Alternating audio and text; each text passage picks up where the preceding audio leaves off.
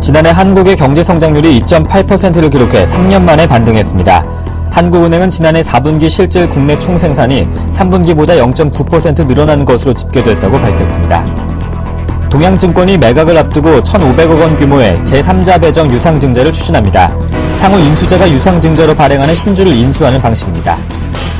현우석 경제부총리 겸 기획재정부 장관이 서울 청사에서 새해 첫 대외경제장관회의를 주재하며 미국의 양적 완화 축소와 북한 및 동북아 갈등이 고조될 때 발생할 수 있는 국제금융의 변동성 확대가 국내로 전이되지 않도록 각별한 관리가 필요하다고 말했습니다. 금융당국이 카드사의 1억여 건 개인정보를 유출에 따른 고객 피해를 최소화하기 위해 24시간 비상근무 체제에 돌입했습니다. 정보 유출 카드사에는 금융당국 인력을 24시간 배치해 카드 재발급 지연 등 고객 민원을 실시간 해결해주기로 했습니다.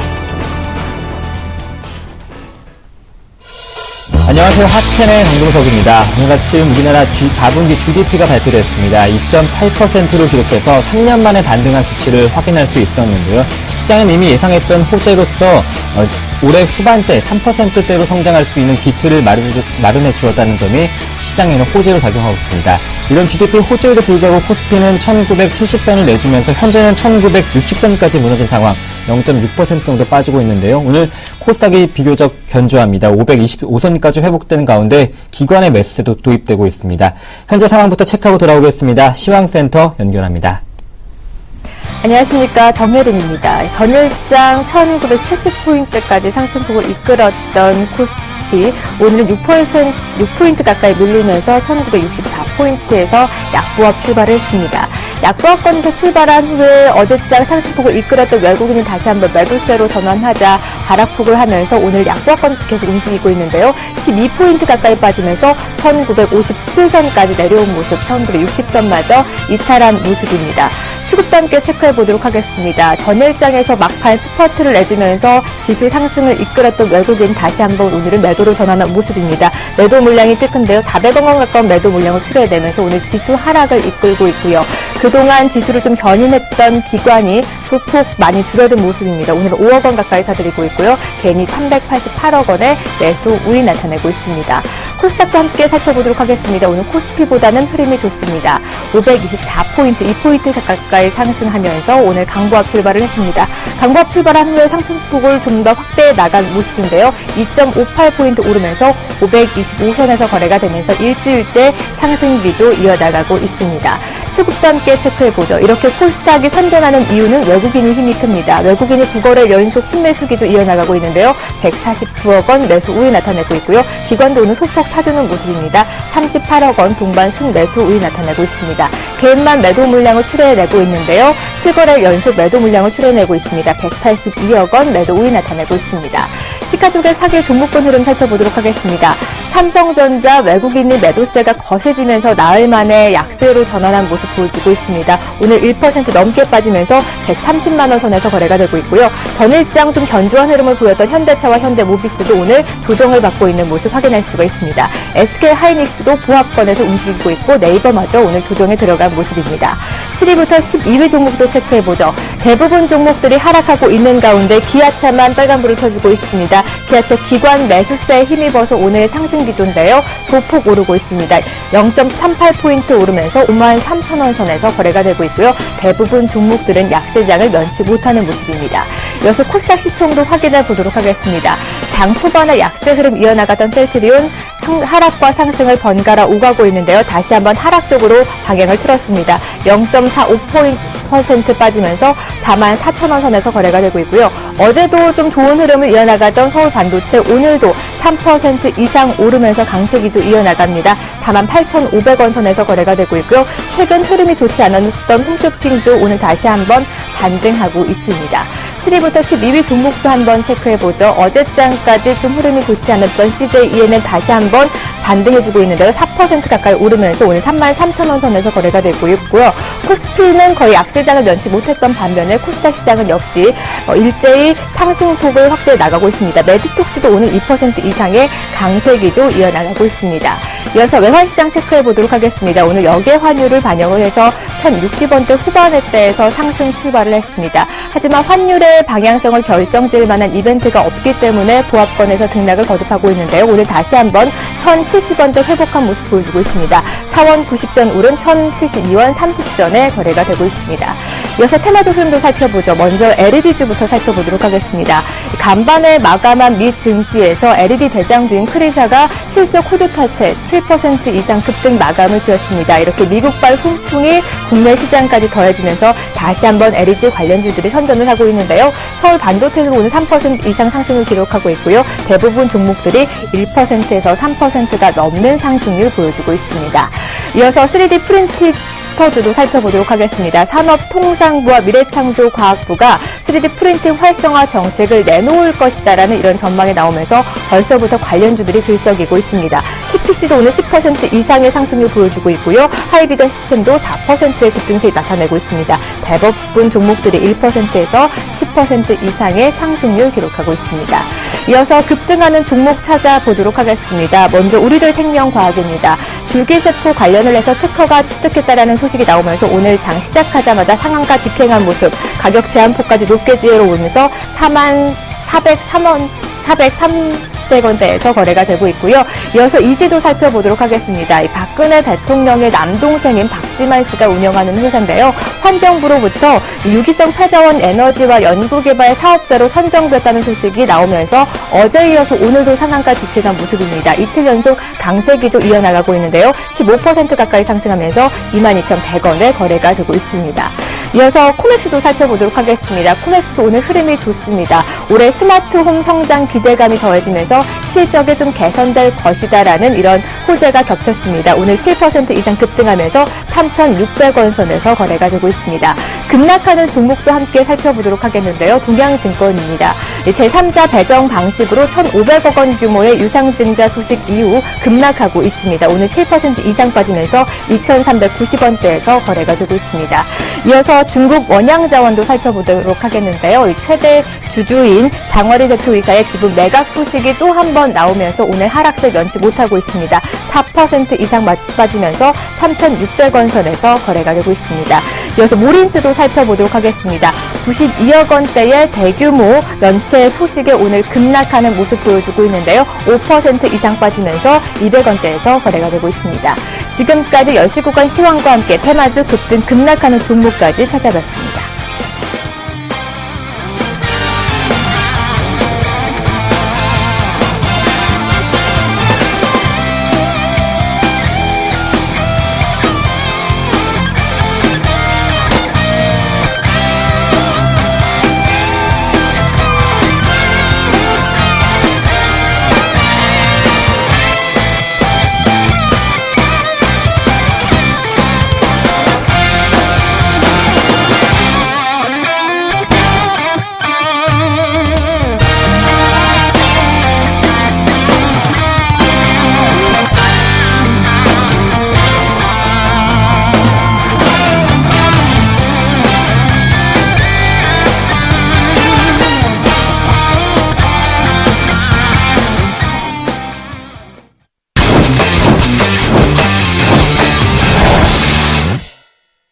이번 시간은 가치 투자에 대해서 알아보는 시간입니다. 플랜A 투자연구소 이동훈 팀장님과 함께합니다. 안녕하십니까? 네, 안녕하세요.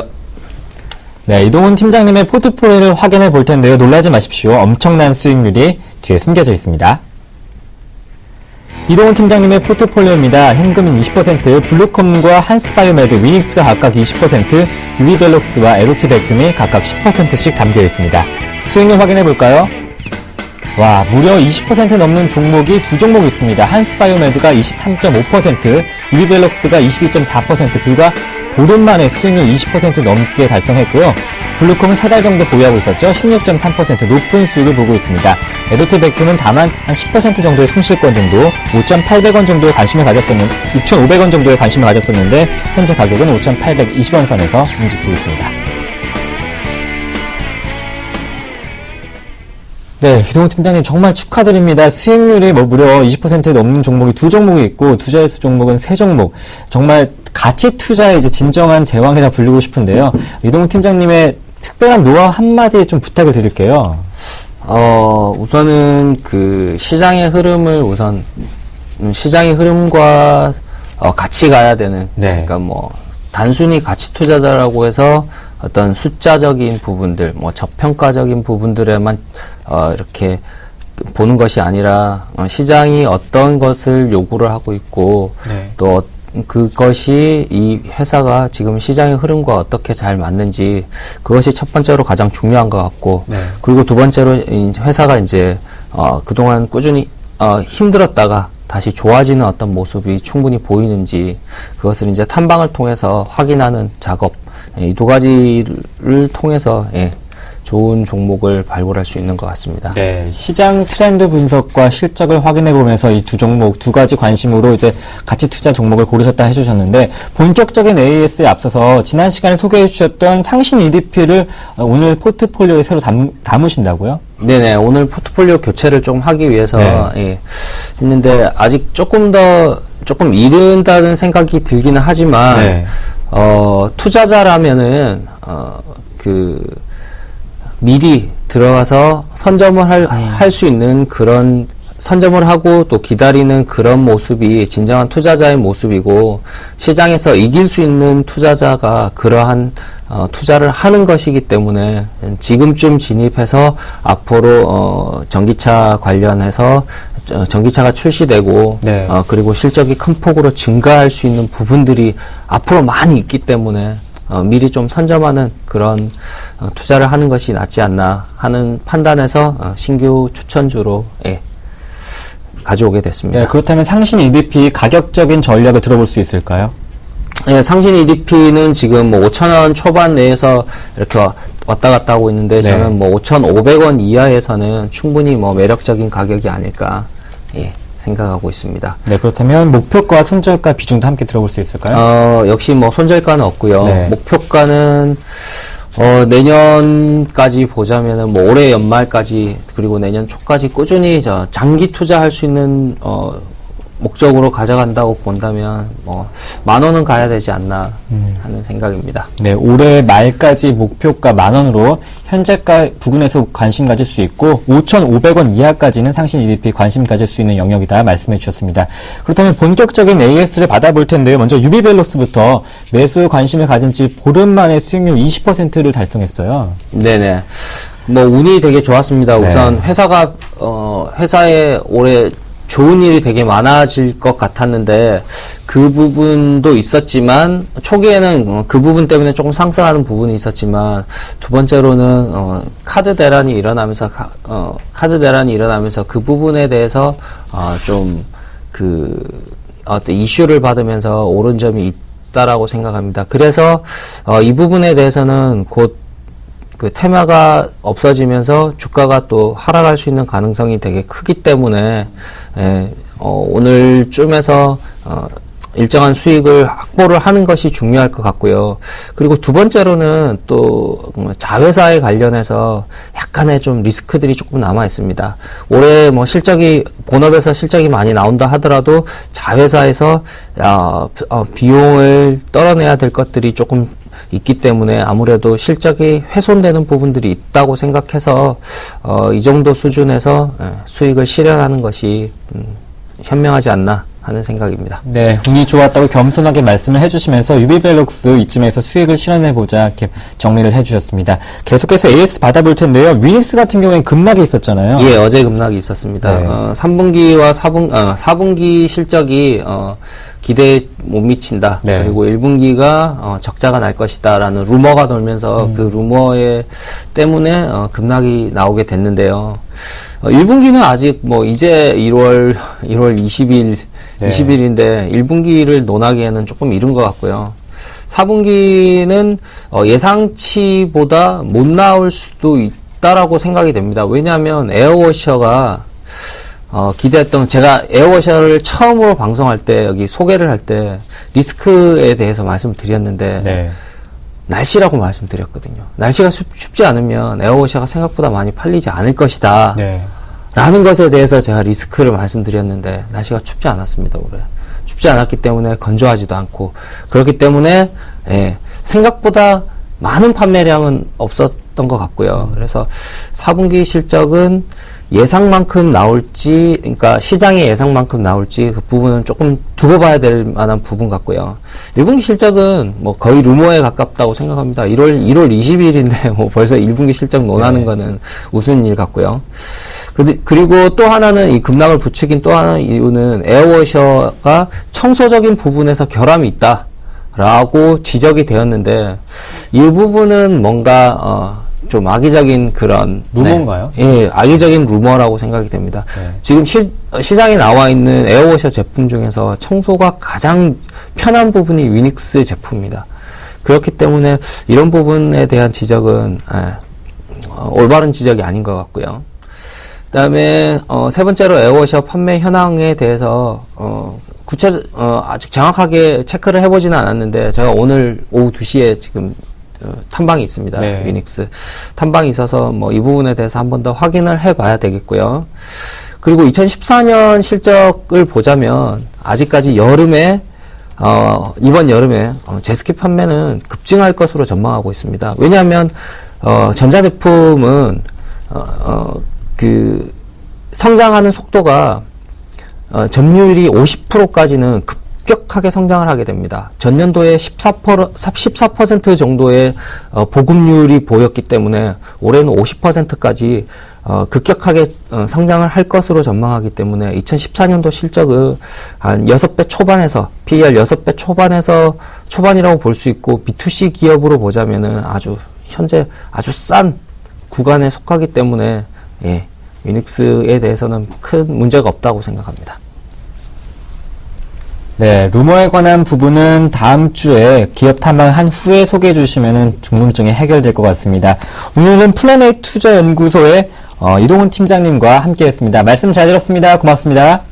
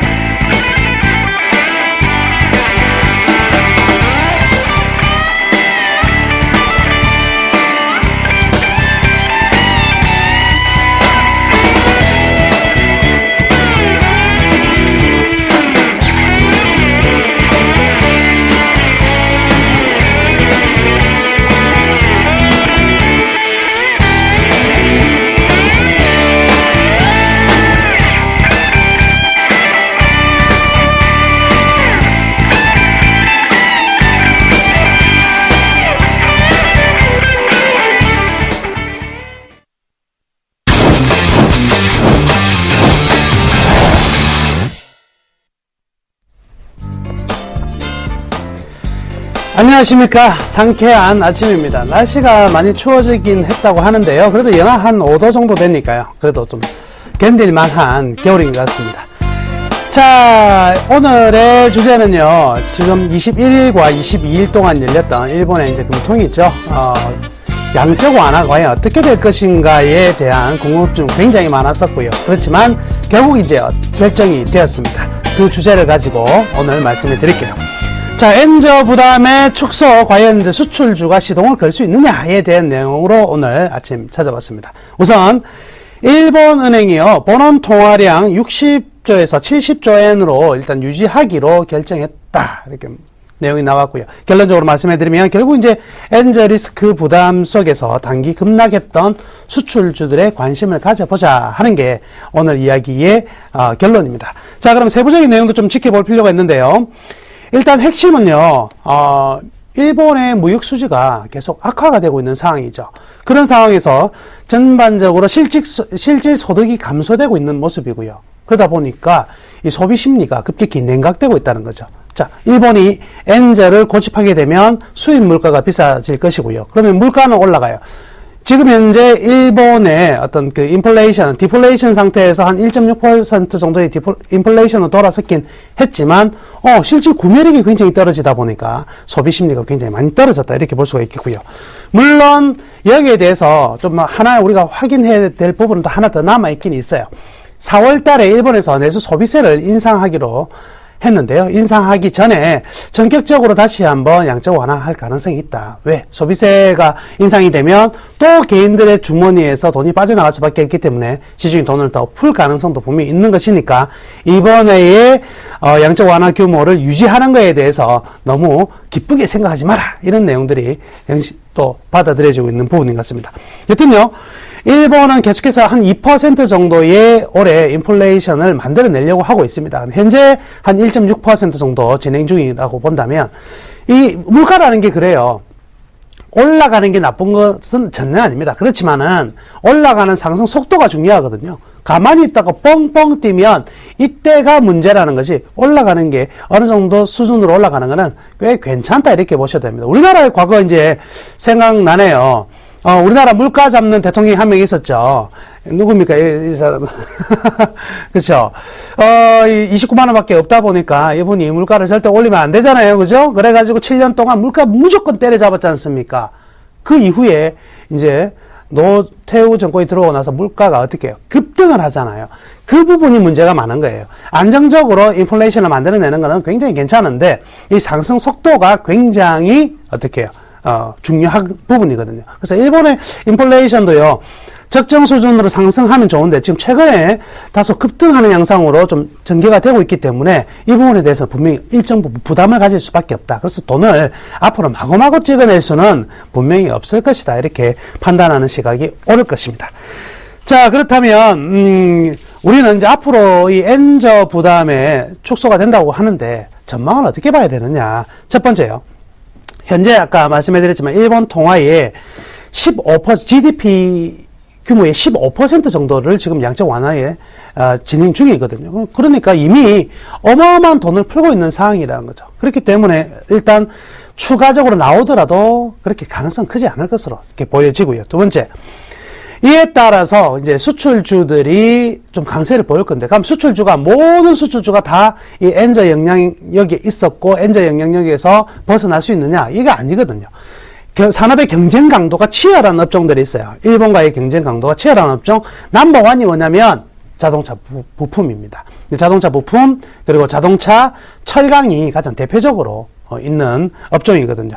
여튼 이러한 치열 강도가 굉장히 이 산업의 경쟁 강도가 치열한 업종들의 이번 전혀 상승하지 못했고 오히려 하락의 진폭을 크게 갔던 종목들은요, 오히려 단기적으로 이 모멘텀이 좀 증가될 수 있다. 이렇게 볼 수가 있겠습니다.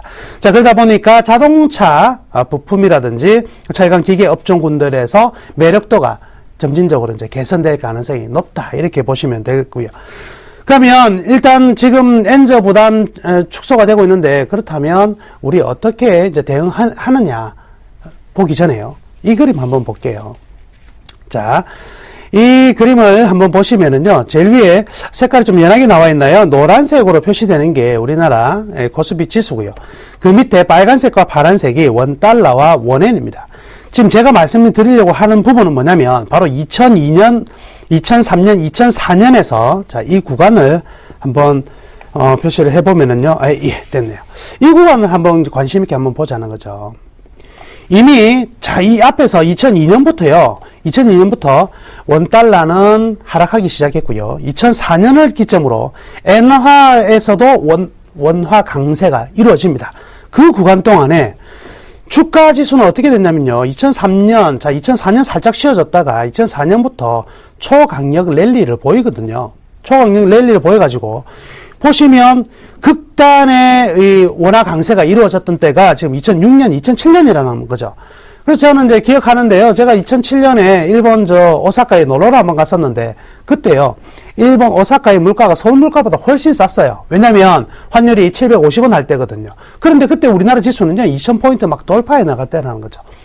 환율이라는 것은 무조건 우리가 수출주가 좋으려면 원화가 올라가야지, 즉 환율이 올라가야지만, 원화가 약세로 돌아서야지만 무조건 좋을 것 같은데 아니에요. 우리나라 이제 물론 수출 기업은 대부분의 경우가 그렇지만 우리나라 지수를 보면은요, 우리나라 지수에 들어가 있는 종목이 전부 다 원화 약세일 때 손해보는 업종으로 되어 있는 것이 아니거든요. 분명히 원화가 강세일 때 또는 약세일 때 이익이 나는 구조가 다르다는 말이죠. 그러니까 업종별로 차별화는 될 수 있을지언정 이 환율에 따라서 우리나라 지수가 떨어진다. 이렇게 생각할 필요는 없을 것 같습니다. 그리고요, 여기에서 꼭 하나 더 말씀해 드리고 싶은 거는 지금 엔저의 영향보다는 사실 이제 원고 달러 대비 워낙 강세 부분인데 이 워낙 강세의 이유를 여러분께서 꼭 하나 기억을 해 두세요.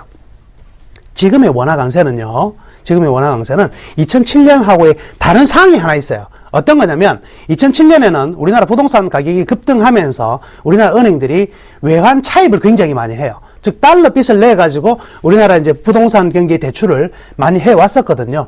그렇지만 지금의 상황은요, 그 부분이 빠져 있는 거죠. 그 부분이 빠져 있고, 그때와 지금하고 동일한 선상은요, 바로 건설업과 조선업의 수주가 증가되어서 선물한 매도가 나가요. 선물한 매도가 나감으로 인해서 지금 환율이 더 급격히 좀 하락했던 부분이 분명히 존재하거든요. 그렇다고 본다면 지금의 환율은요, 우리나라 지수 측면으로 봤을 때는 크게 부담이 없는 상황이다. 그리고 역시 환율도요, 속도의 문제라는 거죠. 환율이 급격히 떨어지거나 급격히 올라갔을 때 발생하는 리스크가 굉장히 큰 것이지, 점진적으로 떨어지고 올라가는 거는요, 실질적인 충격은 크지 않습니다. 왜냐하면 우리나라 기업들이요, 이미 엔화나 달러화에 대해서 굉장히 해지를 잘 하고 있는 부분이죠. 현대차가 막 떨어져가지고 계속 떨어질 줄 알았는데 안 떨어지죠. 일정 부분에서 안 떨어지고 오히려 최근에 올라가고 있단 말이죠. 이런 것들은 과거의 학습 효과에 의해서 리스크를 이미 환 리스크를 줄여나가고 있었던 부분이 존재했다. 이렇게 생각하시면 되겠네요. 자, 그러면 이제 결론으로 이제 말씀해 드리면은요, 지금은 엔저보다는요, 어떤 거에 관심이 있냐면 시장은 전부 다 지금 환율 아무도 안 쳐다봐요. 뭐만 쳐다보고 있습니까? 4분기 실적들 어떻게 되나? 이거 쳐다보고 있거든. 시장의 관심은 일단 4분기 실적으로 다 들어가 있다. 이렇게 봐야 될 것이고요. 이제 중요한 포인트는요, 엔저에 굉장히 민감했던 기업들, 제가 방금 해드렸던 자동차나 부품이라든지 철강 기계들이 이 4분기 실적을 어떻게 내느냐. 분명히 4분기 실적, 3분기 실적은요, 엔저의 하락 속도에 가장 크게 영향을 받았던 때거든요. 그쵸? 이때의 실적이 우리가 예상하던 최악의 실적이 나오는 것이 아니라 그거보다 나은 실적이 나온다면 이제부터는요, 강력한 매수세가 바로 순간적으로 유입될 가능성도 있다. 이렇게 봐야 될 것입니다. 또한 환율에 대해서 하나 끝으로 정리를 하자면은요, 이미, 자, 이 부분 볼게요. 이미요, 환율은요, 여기 이 부분이 되겠습니다. 환율은 이미 12월 말 1월 초부터요, 돌아섰다는 거죠. 지금 돌아서고 있고요. 추가적으로 물론 하락할 가능성이 있다고 하더라도 이 하락의 속도는요, 결코 빠르지 않다. 결코 빠르지 않고 느긋하게 떨어질 거니까요. 이제부터는 환율의 어떤 그 리스크나 이런 것들은요, 살짝 털어내도 될 수 있는 시점이 아닌가, 이렇게 생각합니다. 자, 엔저와 환율, 그리고 우리나라 관련 산업들에 대해서 전반적으로 제가 말씀해 드렸고요. 그런 의미에서 오늘요, 오늘 2시 20분에 하는 Y는요, 현대차 특집을 하도록 하겠습니다. 현대차 뿐만 아니라 현대차 그룹 가지고 계신 분들은요, 오늘 2시 20분 꼭 시청해 주시길 바라겠습니다. 제가 현대모비스 출신이거든요. 느낌 아니까 나중에 2시 20분에 다시 찾아뵙겠습니다. 감사합니다.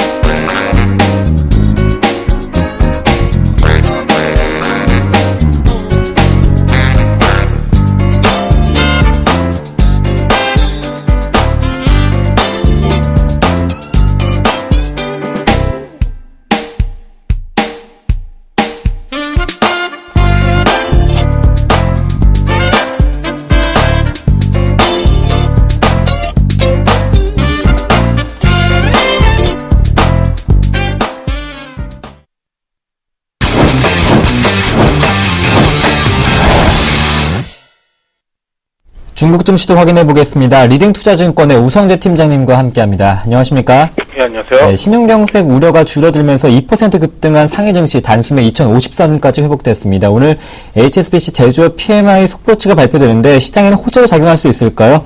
출발 상황은 하락으로 좀 출발이 포착이 되는데요.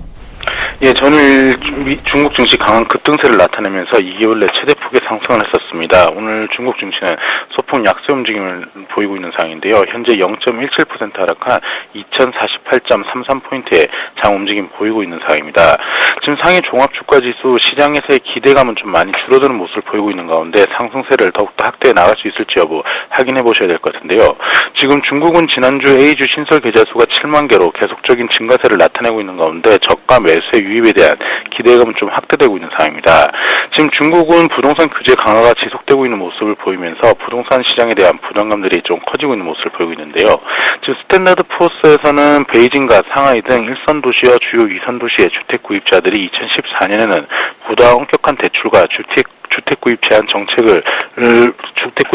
정책으로 인해서 시장에서 이런 부동산 시장이 좀 위축될 수 있을 것이라는 부담감을 좀 나타내고 있는 모습인 만큼 부동산 시장이 계속적인 상승세를 얼마나 둔화될 수 있을지 여부를 좀 지켜보시면서 접근하셔야겠습니다.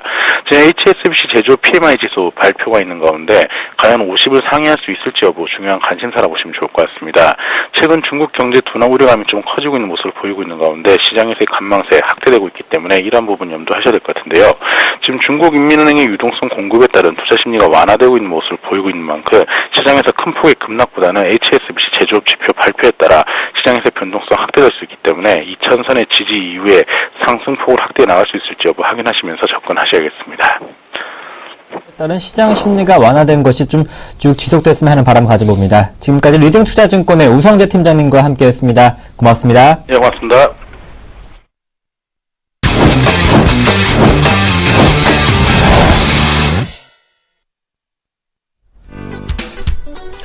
네, 안녕하십니까. 김선현입니다. 자, 지금 시간은 항상 이런 얘기들을 드립니다.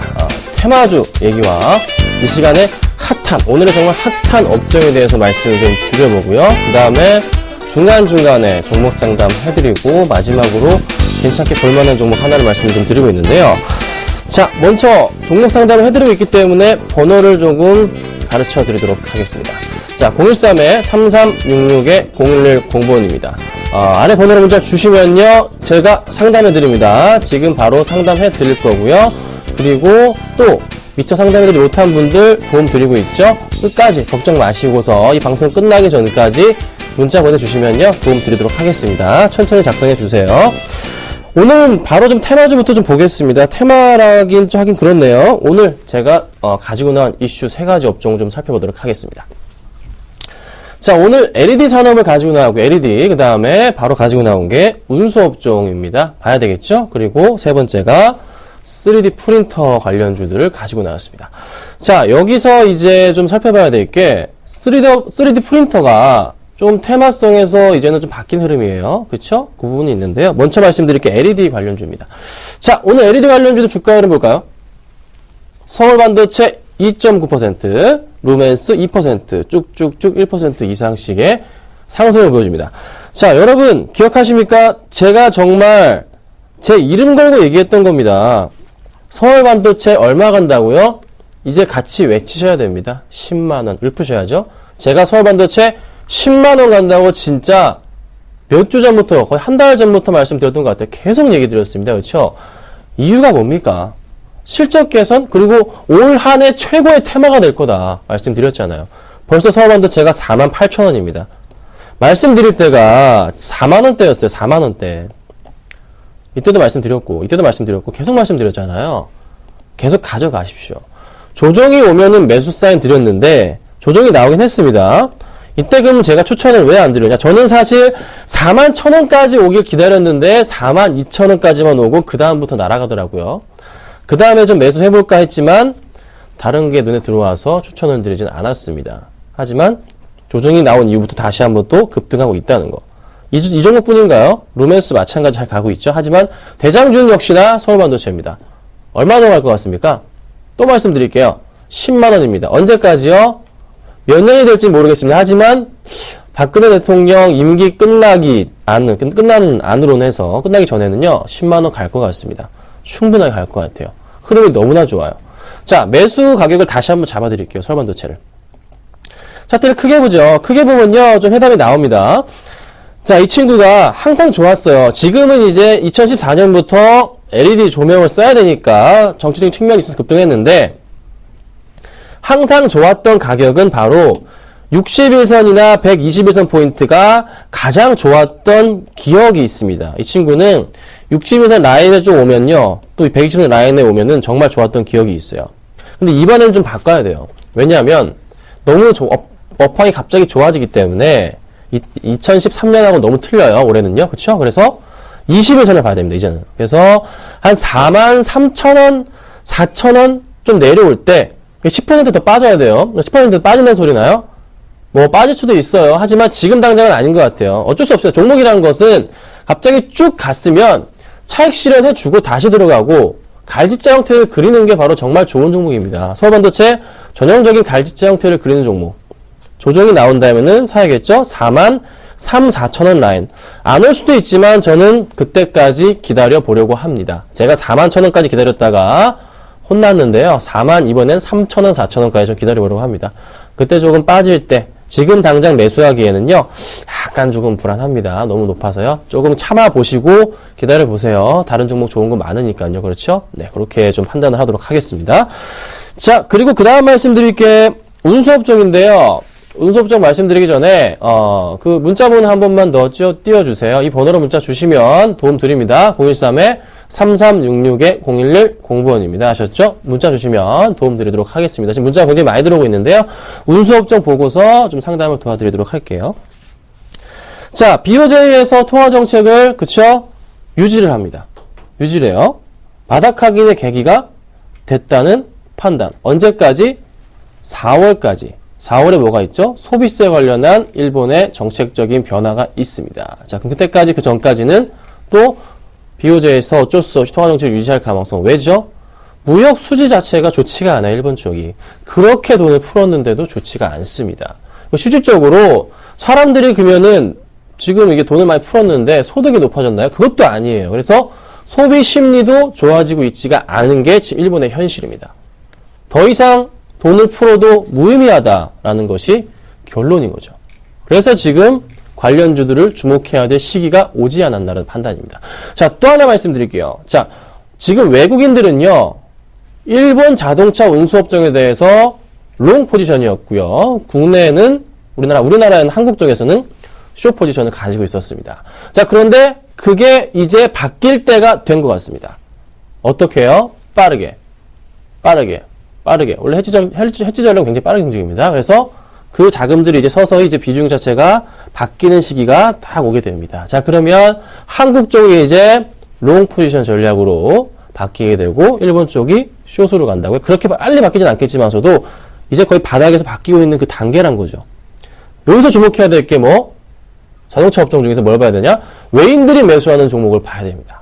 외국인들이 매수하는 종목이야말로 정말로 롱 포지션 전략으로 취해서 들어오는 거. 최근에 매도세가 강했다가 갑자기 매수세로 전환되는 종목. 그 종목을 찾아야 됩니다.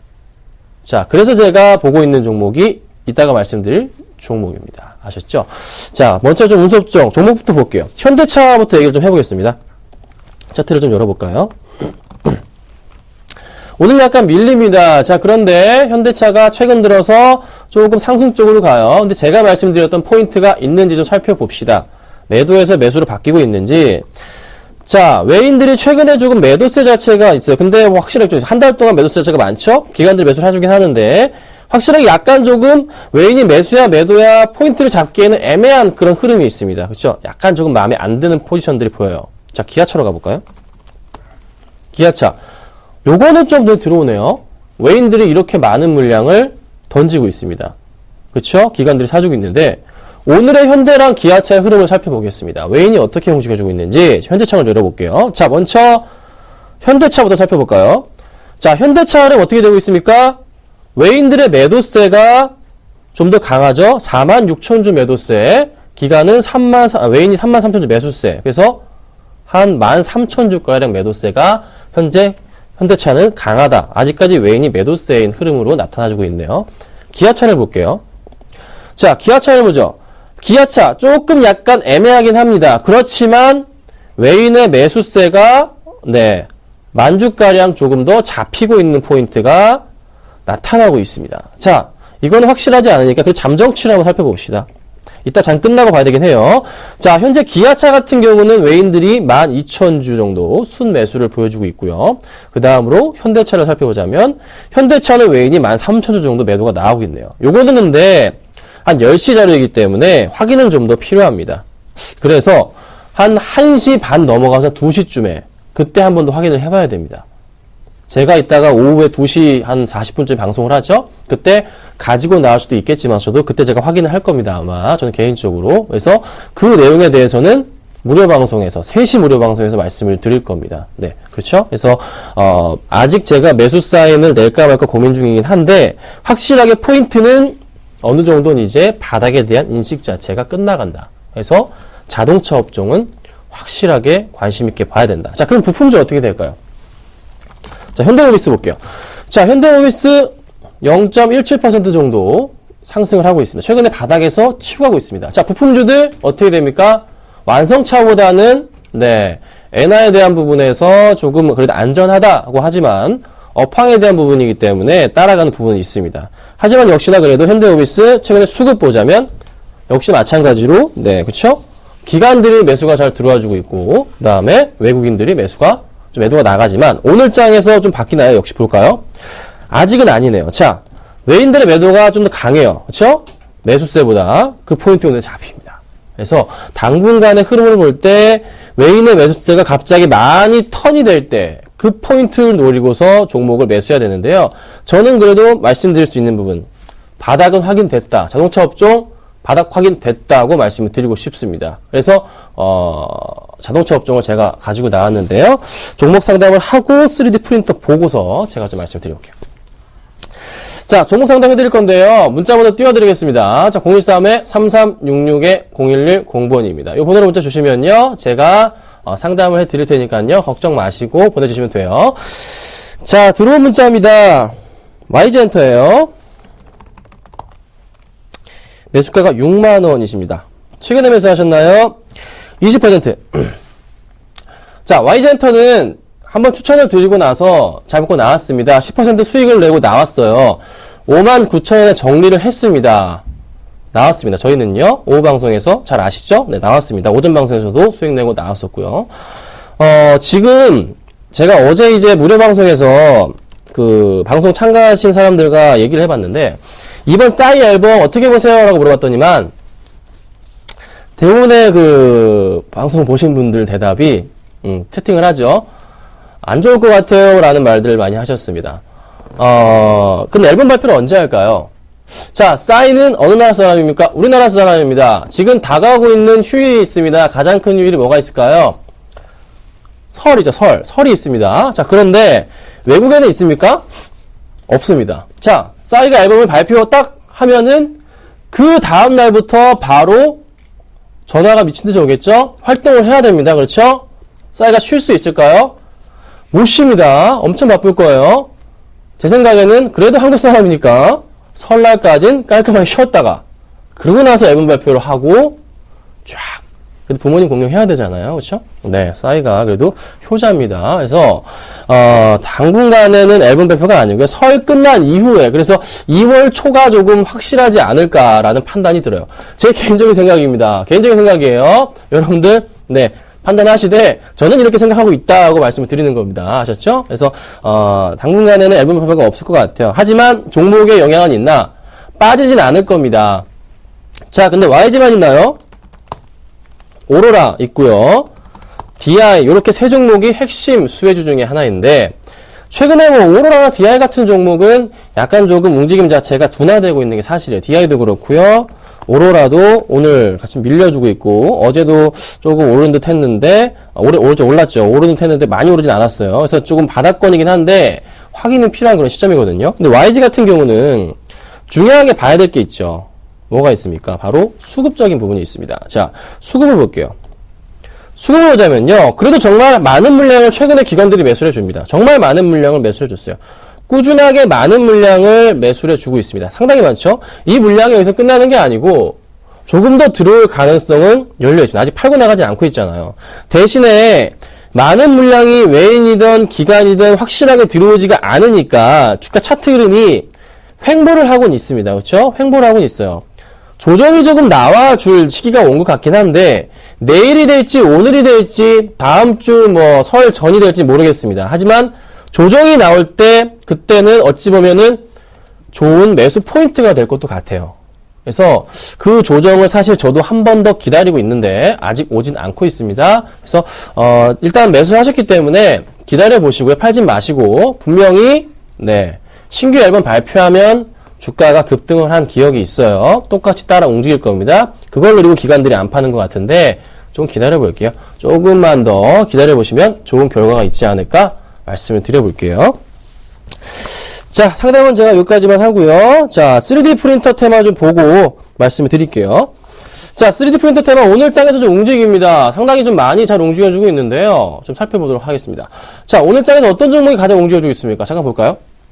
자, TPC 10% 정도 움직여주고 있고요. 하이비전이 4%, 5% 정도, 뭐 딜리, 맥스로텍, 에스맥, 그리고 대진 DMP 같은 경우도 잘 움직여주고 있습니다. 전반적으로 상승 추세가 그려지고 있네요. 자, 이 포인트들 3D 프린터 왜 가고 있죠? 정책적인 측면으로 인해서 한 번 더 상승적으로 전환이 되고 있습니다. 자, 최근에 테마주들 어떤 움직임입니까? 제가 매도 사인을 계속 드리고 있는 테마들, 뭐 어제 XP 관련주도 오늘 청호 컴덴 빼곤 다 힘이 없어요. 그리고 LED 말고 저기 위로 올라가 보면 ICK가 홀로 급등을 하고 있는데 역시나 조심해야 되죠. 상한가 풀렸죠. 자, 그리고 비트코인 가고 있지만 조금 움직이고 있습니다. 다 이런 식이에요. 그러니까 테마주들이 지금은 물량을 정리하고 있는 흐름들이 다 포착이 되고 있다고요. 자, 그래도 TPC 3D 테마주들이 잘 갑니다. TPC가 대장주죠. 다시 한번 상승을 하고 있는데 이미 이 종목 어떻게 움직였던 종목입니까? 이 포인트 보이시나요? 3,000원부터 해서 14,000원까지 4배가 올랐던 종목입니다. 그렇죠? 4배 정도. 그리고 나서 다시 치고 올라가고 있는 모습인데 정책이 도와주고 있어요. 근데 사실 3D 테마가 아닌 이제 실질적인 산업으로서 육성이 되고 있기 때문에 주가가 이렇게 가고 있는 건데요. 실적을 좀 확인해 봐야 됩니다, 사실. LED는 실적이 좋잖아요. 그래서 테마가 아닌 아예 커다란 시장을 보는 건데 TPC 같은 이런 3D 테마주들은 실적에 대한 부분을 꼭 1분기, 그러니까 4분기 실적을 체크하고서 대응하셔야 됩니다. 올해부터는 실적이 좋아질 거예요. 대신에 4분기 실적 체크하고 그때 매수 들어가세요. 지금은 약간 위험할 수가 있어요. 아셨죠? 그 포인트. 절대 기억하셔야 됩니다. 위험하기 때문에 4분기 실적 나오는 거 2월달에 확인하시고 그때 들어가셔도 늦지 않습니다. 아셨죠? 잠깐만 기다리세요. 따라가시는 거 제가 좀 붙잡아서 말릴게요. 아셨죠? 네, 기다려보겠습니다. 자, 그럼 바로 조금 상품 공략 좀 볼게요. 먼저 이제 AS를 하겠는데요. 한국전력입니다. 자, 한국전력 지금 매수하고 거의 매수가 부근이에요. 거의 부담 없기 때문에 홀딩하고 가져가도록 하겠습니다. 걱정 마시고 조금 더 지켜보자 말씀드리고요. 오늘 가지고 나온 종목 바로 이 종목입니다.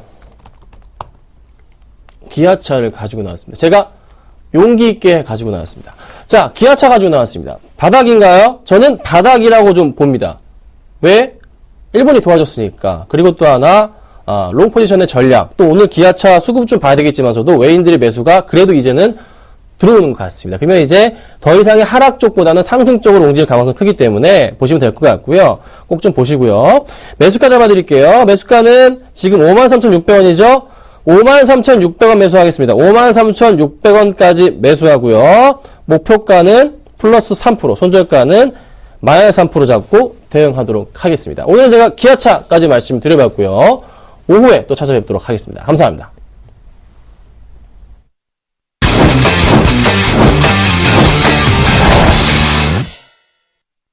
오늘 오후에 현대차 실적 발표 후에 엔저 영향이 다소 줄어든 자동차주에 대한 전반적인 점검을 해보시길 바라겠습니다. 1월 23일 핫텐이었습니다. 시청해주신 여러분 고맙습니다.